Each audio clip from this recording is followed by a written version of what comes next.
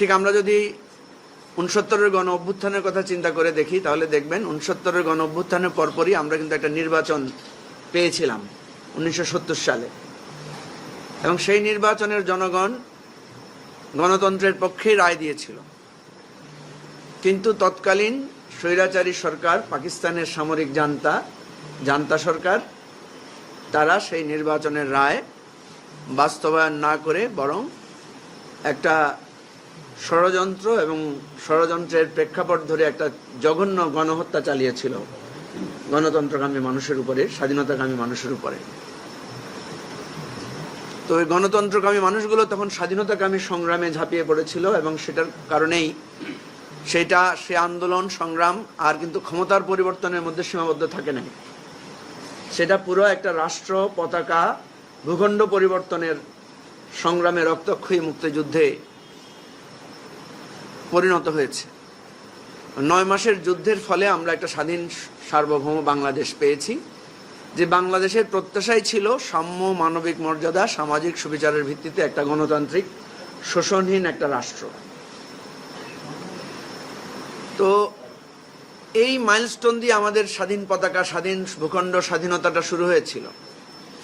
কিন্তু এরপরেই দেখা গেল যে নানা চড়াই উতরাই আমাদের স্বাধীনতা, আমাদের গণতন্ত্রের প্রত্যাশা, আমাদের মানুষের যে একটা স্বাধীন সার্বভৌম সুন্দর রাষ্ট্রের, শোষণহীন রাষ্ট্রের যে স্বপ্নটা ছিল, সেটা বারবার ভুলণ্ঠিত হয়েছে। ক্ষমতাসীন যারা আসেন তারা স্বৈরাচারে পরিণত হন। এই চড়াই উতরাইয়ের মধ্যে দিয়ে আমরা আরেকটা গণ অভ্যুত্থান দেখেছি, গণসংগ্রাম দেখেছি, সেটা হচ্ছে ৯০-এর গণ অভ্যুত্থান, ৯০-এর গণ আন্দোলন। সেখানেও আমাদেরকে রক্ত দিতে হয়েছে, সেখানেও আমাদেরকে একটা নির্বাচন আদায় করতে হয়েছে, এবং সেই নির্বাচনটা সাধারণ কোনো নির্বাচন ছিল না। সেই নির্বাচনটা ছিল সাংবিধানিক রীতি পরিবর্তন করে একটা তত্ত্বাবধায়ক সরকার, যেটা আমাদের সংবিধানে ছিল না এবং পৃথিবীর বহু দেশেই ছিল না, একটা তত্ত্বাবধায়ক সরকার ব্যবস্থা কায়েম করেই একটা নতুন নির্বাচন।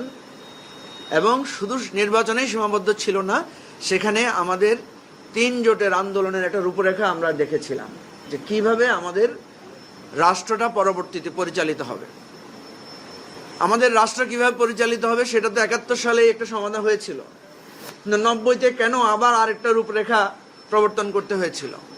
এই জন্যই প্রবর্তন করতে হয়েছিল যে ৭০-এ, ৭১-এ, ৬৯-এ যে আন্দোলন সংগ্রামের মধ্য দিয়ে আমরা যে স্বপ্নটা দেখেছিলাম, সেই স্বপ্নটা এই ২০ বছরের মধ্যে সেটা নানাভাবে বাধাগ্রস্ত হয়েছে, ফিকে হয়ে গেছে। এরপরে ৯০-এর গণ অভ্যুত্থানের ফলে আমরা যে অসাধারণ একটা জিনিস পেয়েছিলাম, সেটা হচ্ছে একটা নিরপেক্ষ তত্ত্বাবধায়ক সরকারের অধীনে নির্বাচন, এবং তার অধীনে বেশ কয়েকটা নির্বাচন হয়ে বাংলাদেশে কিন্তু ক্ষমতার পালাবদল হয়েছে। যত কিছুই থাকুক, যত দুর্বলতার মধ্যেই থাকুক, কিছুটা গণতান্ত্রিক আবহ, পার্লামেন্ট, সংসদের দল, বিরোধী দল, এগুলো আমরা দেখেছি। আপনাদের যাদের বয়স একটু কম তারা হয়তো কম জানবেন। এখানে আমার ডান পাশে, বাম পাশে যারা বয়স্ক আছেন বা আরও যারা আছেন তাদের মনে থাকার কথা, আপনাদের কিশোর বয়সে সেই জানা থাকার কথা। আমরা টেলিভিশনে, পত্রিকায় দেখতাম সংসদে তর্ক হচ্ছে, বিতর্ক হচ্ছে, নানা আলোচনা হচ্ছে, এবং বিশেষ যারা যুক্তি সহকারে কথা বলতেন তাদেরকে সবাই চিনত সংসদ সদস্য হিসেবে। কিন্তু দুর্ভাগ্যজনকভাবে আমরা দেখলাম যে এটাও বেশি দিন স্থায়িত্ব পায় নাই। এই তত্ত্বাবধায়ক সরকার পদ্ধতি বা কেয়ারটেকার পদ্ধতিটাকেও বাতিল করে দেওয়া হয়েছে, এবং আবার একদলীয় শাসন, আবার স্বৈরাচার, আবার ফ্যাসিবাদী শাসন চূড়ান্তভাবে কায়েম করা হয়েছে। কিন্তু এই ফ্যাসিবাদের বিরুদ্ধে আমাদের সংগ্রাম চলমান ছিল। যেভাবে হোক আমরা প্রতিবাদ করেছি, সংগ্রাম করেছি, কিন্তু ওই যে আপনাদেরকে বললাম যে শাসন ক্ষমতা পরিবর্তনের যেই ৫ বছর পর পর বিধান নির্বাচন, সেই নির্বাচনটা আমরা সুষ্ঠু একটা নির্বাচন আদায় করতে পারি নাই। আমাদেরকে জেলে ঢুকিয়ে, গুম করে, খুন করে, রাস্তায় গুলি করে, রাতের বেলা ভোট চুরি করে, নানা ধরনের অত্যাচার জুলুম করে করে হাজার হাজার মানুষকে ভিটে ছাড়া করে, তার অধিকার হরণ করে, কণ্ঠরোধ করে দীর্ঘ ১৫-১৬ বছরের একটা ফ্যাসিবাদ আমাদের উপরে চেপে বসেছিল। ফলে আরেকটা রক্তক্ষয়ী সংগ্রাম, আরেকটা লড়াই, আরেকটা জনযুদ্ধের পরিবেশ পরিস্থিতি অনিবার্য হয়ে গিয়েছিল। ঠিক ৭১-এ যেভাবে গণহত্যা চালানো হয়েছে, আমরা দেখেছি ২৪-এ ছাত্র জনতা যখন রাজপথে নেমে এসেছে তখন একইভাবে গণহত্যা চালানো হয়েছে। পৃথিবীতে গণহত্যার পর কোনো রাষ্ট্র, কোনো ব্যবস্থা আগের অবস্থানে আর থাকে নাই। সেটা একটা নতুন আকাঙ্ক্ষা, নতুন একটা স্বপ্ন, নতুন একটা প্রত্যাশা জাগরণ করেছে। যেটা আমি বলেছি ৯০-তেও করেছিল, ৭১-এ তো করেছিলই। সুতরাং ২৪-এর আমাদের যে গণ অভ্যুত্থান, আমাদের যে সমস্ত ভাইয়েরা, বোনেরা, শিশুরা, শ্রমিকেরা, চিকিৎসকেরা, আইনজীবীরা, আমাদের প্রবাসীরা, আমাদের সাংবাদিকেরা, আমাদের নানা স্তরের জনযুদ্ধ মানুষ, সাধারণ মানুষ, ছাত্র জনতা, ছাত্রী বোনেরা, শিশুরা পর্যন্ত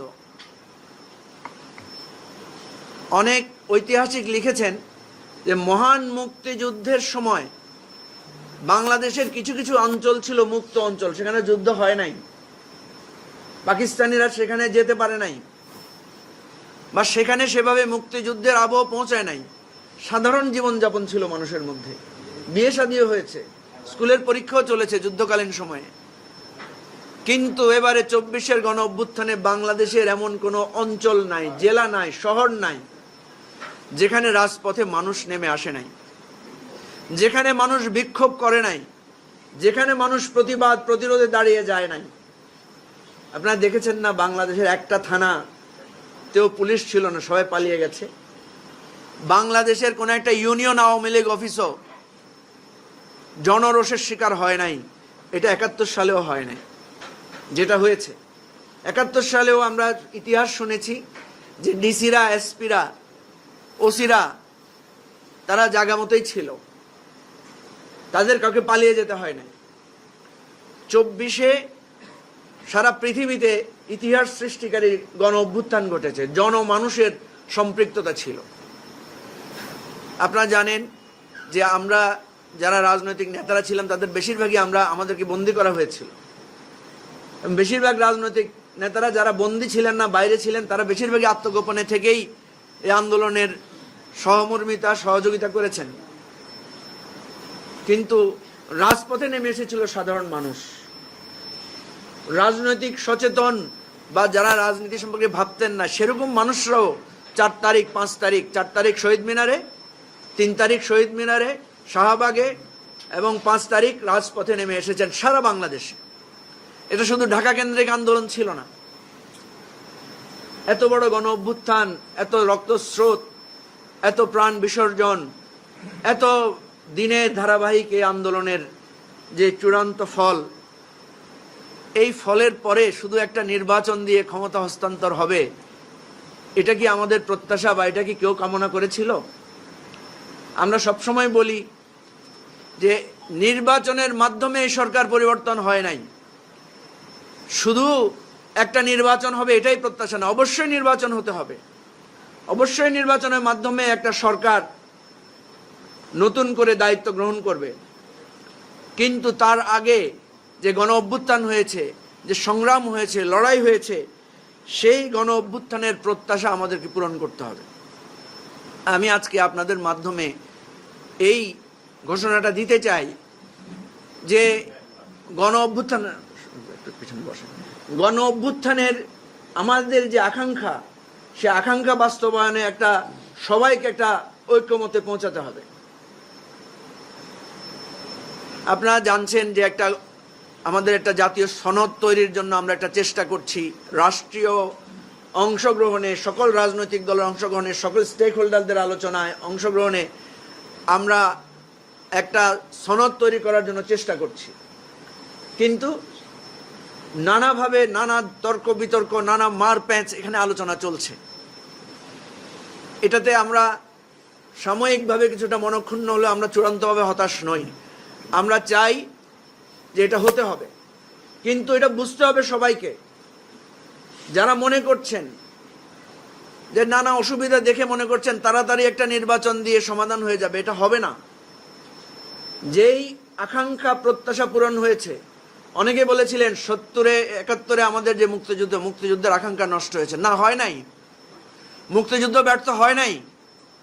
মুক্তিযুদ্ধ যদি ব্যর্থ হতো তাহলে 3 বছরের মধ্যে শেখ মুজিবুর রহমানের বিরুদ্ধে মানুষ রাস্তায় নামতো না। মানুষের প্রত্যাশা ছিল বলেই যেই শেখ মুজিবুর রহমানের নির্দেশে আহ্বানে মানুষ মুক্তিযুদ্ধ করেছিল, সেই শেখ মুজিবুর রহমান যখন মুক্তিযুদ্ধের অঙ্গীকার চেতনাকে ভুলণ্ডিত করেছেন, জনগণ শেখ মুজিবুর রহমানের বিরুদ্ধে দাঁড়িয়েছে। সুতরাং 90-তে যে অভ্যুত্থান হয়েছে সেটাও কিন্তু 71-এর আন্দোলন, 52, 62, 69-এর অঙ্গীকারেরই প্রতিফলন। সুতরাং কেউ যদি মনে করেন যে 71-এর অঙ্গীকার ভুলণ্ডিত হয়েছে বলে হতাশা এসেছে, তা না। কেউ যদি মনে করেন 90-এর অঙ্গীকার, 90-এর ঘোষণা বাস্তবায়িত হয় নাই বলে আমাদের সেই 90-এর গণজাগরণ সফল হয় নাই, তা না। যুগ যুগ ধরে সেটা বেঁচে থাকবে এবং সেটা ফিরে আসবে। সুতরাং আমরা রাজনৈতিক কর্মী হিসেবে সতর্ক করছি, আজকে আমাদের এই যে সরকার এখন ক্ষমতায় আছে, অন্তর্বর্তীকালীন সরকারের অনেক ব্যর্থতা আছে। আমরা বলেছি যে এই সরকারের প্রধান ব্যর্থতা হচ্ছে সে গণ অভ্যুত্থানের ঐক্যকে ধরে রাখতে পারে নাই। এই সরকারের প্রধান ব্যর্থতা হচ্ছে সে ক্ষমতায় বসেছে কিন্তু এখনো পর্যন্ত তার কোনো কর্তৃত্ব নাই। পুলিশের সামনে নানা অনাচার অঘটন ঘটছে, এখনো চাঁদাবাজি হচ্ছে, এখনো নানা দখল সত্ত্ব হচ্ছে, এখনো মানুষের অধিকার ভুলণ্ঠিত হচ্ছে, এখনো বৈষম্য হচ্ছে, এখনো রাজপথে মানুষ অধিকারের জন্য দিনের পর দিন, মাসের পর মাস রাস্তায় পড়ে আছে, তাদের দাবি শোনা হচ্ছে না।